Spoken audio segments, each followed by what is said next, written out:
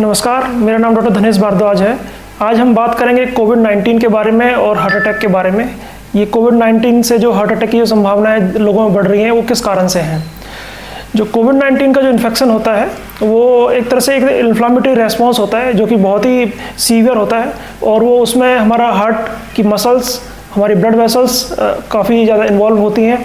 ये फेफड़ों पर तो असर छोड़ता ही छोड़ता है, उसके अलावा हमारे बॉडी के जितने भी टिश्यूज़ हैं या ऑर्गन्स हैं सभी पे इसका कुछ ना कुछ प्रभाव आता है। जो हार्ट पे जो प्रभाव आता है उसमें एक तो हार्ट की जो मसल्स हैं उनका इन्फ्लेमेशन हो जाता है जिसको हम लोग मेडिकल लैंग्वेज में मायोकार्डिटिस बोलते हैं। और उसके अलावा ये हार्ट में इसकी वजह से हार्ट फेलियर हो सकता है और अरिथमियाज डेवलप हो सकते हैं।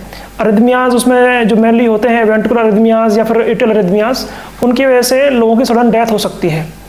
उसके अलावा जो बच्चों में जो इसका प्रभाव आता है वो भी एक तरह से मल्टी सिस्टम इन्वॉल्वमेंट होती है। उसको हम मेडिकल लैंग्वेज में मल्टी सिस्टम इन्फ्लामेटरी सिंड्रोम बोलते हैं, जो कि एक तरह से कावासाकी डिसीज की तरह की पिक्चर होती है। और छोटे बच्चों में जो उसका ट्रीटमेंट है वो भी स्टीरॉयड वगैरह से किया जाता है।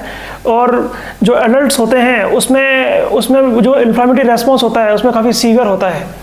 उसमें एडल्ट्स में जो है ये जैसे मैंने आपको बताया कि हार्ट पे, फेफड़ों पे और जो और हमारे ऑर्गन्स हैं उन पे भी इसका प्रभाव आता है।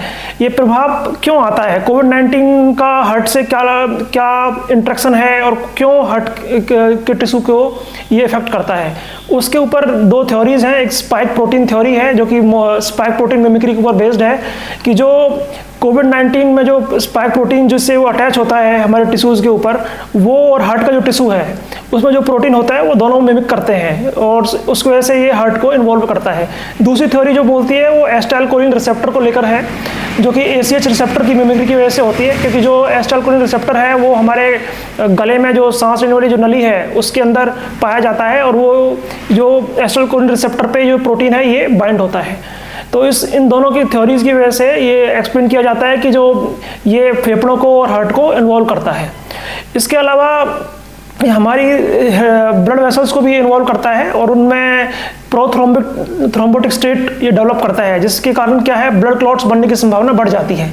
जब ब्लड क्लॉट बनते हैं तो ये हमारी जो ब्लड वेसल्स हैं उनको क्लॉग कर सकते हैं या ब्लॉक कर सकते हैं, उसकी वजह से भी हार्ट अटैक आने की संभावना बढ़ जाती है। और नॉर्मली हम देखते हैं आमतौर पर इसको कैसे मॉनिटर किया जाता है। नॉर्मली हम लोग डी डाइमर या CRP लेवल करा के देखते हैं, तो CRP लेवल ऐसे पेशेंट से बहुत ज़्यादा बढ़े रहते हैं और डी डाइमर्स के लेवल भी बढ़े रहते हैं काफ़ी ज़्यादा। और कुछ पेशेंट्स में बिकॉज ये इन्फ्लामेटरी रेस्पॉन्स है तो कॉर्टिसोल हार्मोन जो होता है उसका लेवल भी इन पेशेंट्स में बढ़ा हुआ रहता है।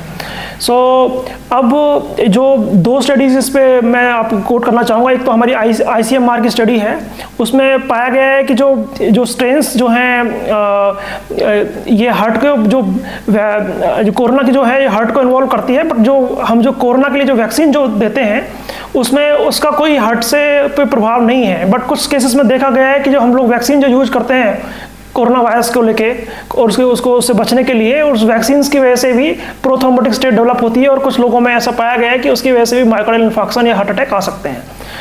और एक ब्रिटिश हार्ट फाउंडेशन की स्टडीज़ है, उसमें बोलते हैं कि ये जो कोविड वैक्सीन जो है वो आपने अगर मान लो आपने जो वैक्सीनेटेड जो पेशेंट्स हैं जिनको वैक्सीन लगी हुई है उनमें फ्यूचर में कोरोना होने की संभावना बहुत ही कम हो जाती है।